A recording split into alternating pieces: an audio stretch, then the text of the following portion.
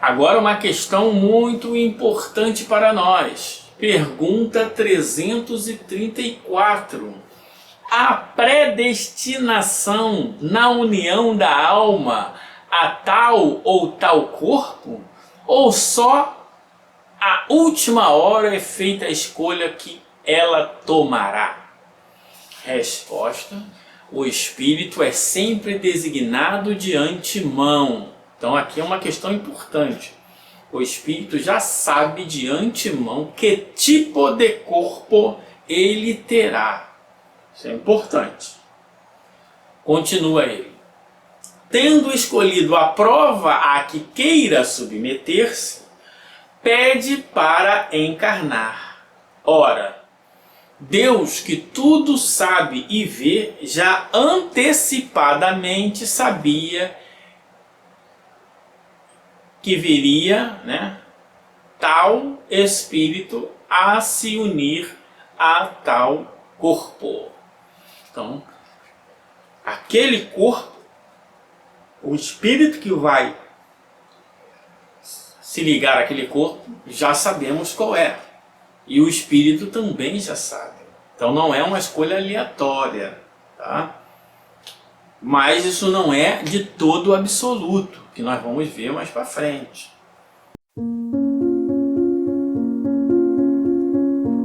Comentando os comentários dos comentadores do além.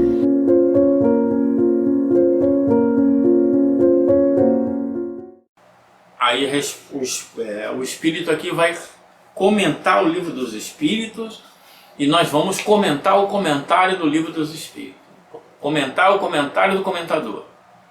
Ele fala assim: a alma, quando a alma pode escolher suas próprias provações, os benfeitores espirituais ajudam em muitas particularidades para que o renascimento seja bem orientado. Novamente ele está pegando o efeito pela causa ou a parte pelo todo, a exceção pela regra.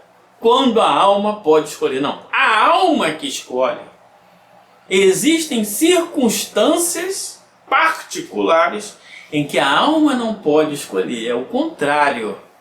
Então, em todas as circunstâncias, todos nós temos um benfeitor, que se nós pedimos o auxílio dele, ele vai estar ali para nos orientar. Olha, esse corpo assim, assim, assim. Ah, eu fiz o mal a todo mundo, a clássica de palestra espírita.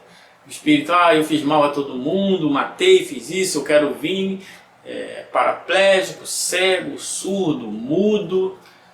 Não, calma. Só vamos estabelecer Não seria melhor, olha o que o anjo da guarda faz. Não seria melhor assim, assim, assim? Não, mas eu quero. Você quer? Então tá bom.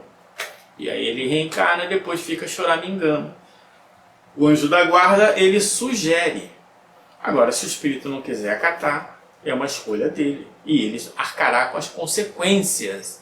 Ok? Alguns, o anjo da guarda já trabalha de uma forma mais direta. Mas, de modo geral, quem escolhe é o espírito. Mas por que o anjo da guarda, sabendo que ele vai se estrubicar todo, permite? Porque o anjo da guarda sabe que pela lei do progresso, aquela queda servirá de ensinamento para ele. Em uma encarnação ante milhares, não faz tanta diferença assim, É mais ou menos assim, você faz um panelão de pipoca. Aí uma pipoca pulou, caiu no chão. Tá, tudo bem. Uma pipoca caiu fora do chão, mas eu já tenho um panelão, vou ficar, ai meu Deus, caiu uma pipoca. Não. Então, depois de muitas encarnações, ele vai olhar para trás, caramba, aquilo ali foi importante. Aprendi a escolher, graças a Deus. E assim vai. Ok? Aí continua esse comentador, ele diz assim: para se ter uma boa reencarnação, primeiro uma questão, O que seria uma boa reencarnação? Uma boa reencarnação é aquela reencarnação em que você passa perfeitamente alinhado com a lei de justiça, de amor e de caridade. Então, para se ter uma boa reencarnação, é preciso preparar para tal acontecimento. Para esse preparo, o Evangelho de Jesus mostrará o que se deve fazer. Por que o Evangelho de Jesus? O Evangelho de Jesus é uma moral, mas existem muitas morais por aí. Então, novamente a ideia exclusivista. E o cara que está lá no interior do Congo, lá não tem o Evangelho de Jesus. E aí? O cara está lá na Mongólia, não tem o Evangelho de Jesus.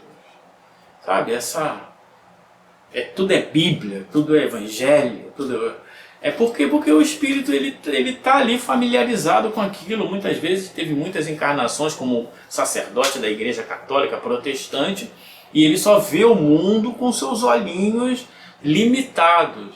Não, a doutrina espírita trata das leis morais. Você não vê no livro dos Espíritos, não tem esse tempo todo o Evangelho, Jesus, o Evangelho.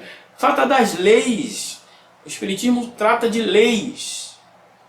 E as leis, elas existem para todos. O Evangelho não existe para todos. O Evangelho não está na mão de todos. Aí ele diz, né? Mostrará o que deve fazer, limpando o karma. Aí caiu mesmo no esoterismo, né? Então, primeiro que o Evangelho não limpa o karma de nada, né? O preparo não limpa karma de nada. O preparo, o nome já diz, te prepara para passar bem pelas vicissitudes que você há de passar. O preparo é para isso, você se preparar. Agora, você só passa passando. E clareando os caminhos pelo perdão incondicional. O que tem a ver o perdão com a reencarnação? Alguém tem uma encarnação em que a pessoa tem que desenvolver a humildade. O que ela tem que perdoar? São frases soltas, né? Cartas de crédito, tiradas piedosas. O espírito pode, a encarnação dele é para poder desenvolver a ciência, não sei aonde, do Sudão. Então por que ele tem que aprender o perdão incondicional? Sabe, umas frases assim soltas.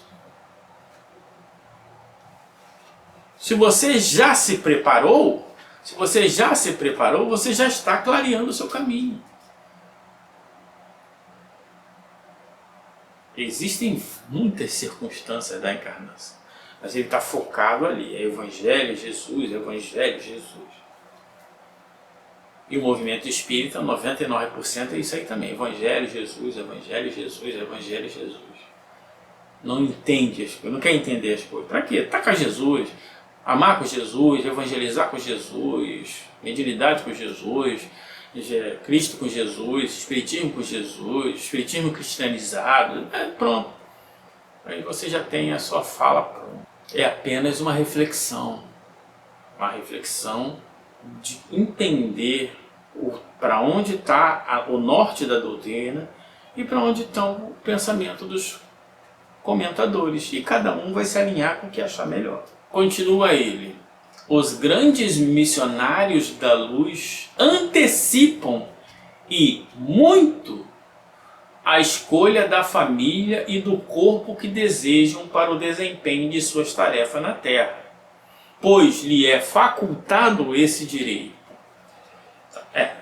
Se ele pode antecipar em muito, é porque ele já tem condições. É facultado, porque, sim, nesse sentido faz sentido.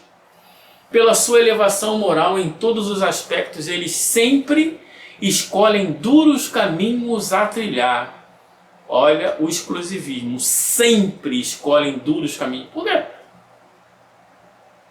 Eles podem escolher um espírito muito evoluído, numa família abastada, numa condição tranquila, em que ele desempenha a sua função da melhor forma possível. E não vai ter caminho nada a trilhar, sua família não tem grandes tragédias, não tem grandes dores, não tem grandes doenças. As pessoas vivem e morrem. E isso não diminui a grandiosidade daquela obra. A gente que acha que tem, olha, grandes, duros caminhos, porque essa cultura da culpa, do medo, do sofrimento, essa ideia da contra-reforma, né? esse pensamento, batalha do bem e do mal. A encarnação é um progresso educativo. Então, sempre, o problema é sempre. Ah, os espíritos vão preferir? Podem, mas não sempre. Cada encarnação tem circunstâncias particulares. Então essa é uma questão, são essas reflexões que nós nos propomos aqui. Apenas para que a gente entenda as palavras, o significado, para onde se encaminham as coisas. E aí a gente vai aprendendo. Não temos a última palavra, nem a primeira, estamos estudando. Aqui é um canal de estudos e reflexões. Basta, ponto, só isso. Não temos pretensão maior do que essa. Estudos e reflexões a respeito da doutrina espírita. Para isso lançamos mão de várias técnicas. Dentre elas, analisar os comentários dos comentadores. Claro que sempre o móvel de nossa ação é o bem, o esclarecimento de todos.